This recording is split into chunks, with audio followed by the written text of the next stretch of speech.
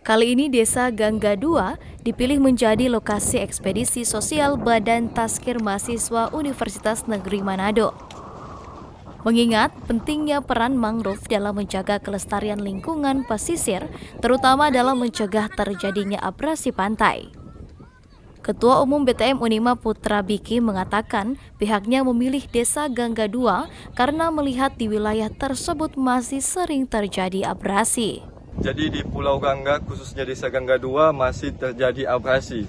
Maka dari itu kami sepakat untuk melakukan kegiatan penanaman mangrove untuk dapat mencegah terjadinya abrasi ataupun pengikisan batu dan tebing di pinggir pantai.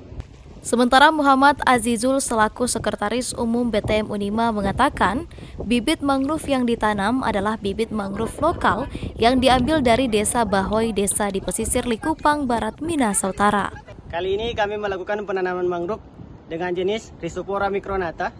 Kebetulan untuk jenis ini kami mengambil bibit lokal yang berada di Desa Bahoy, yang dengan ketentuan kadar garamnya itu sama dengan yang ada di Pulau Gangga.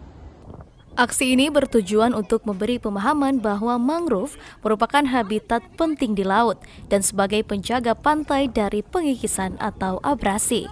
Dari Minahasa Utara, Fenaliza melaporkan untuk Kawanwa TV.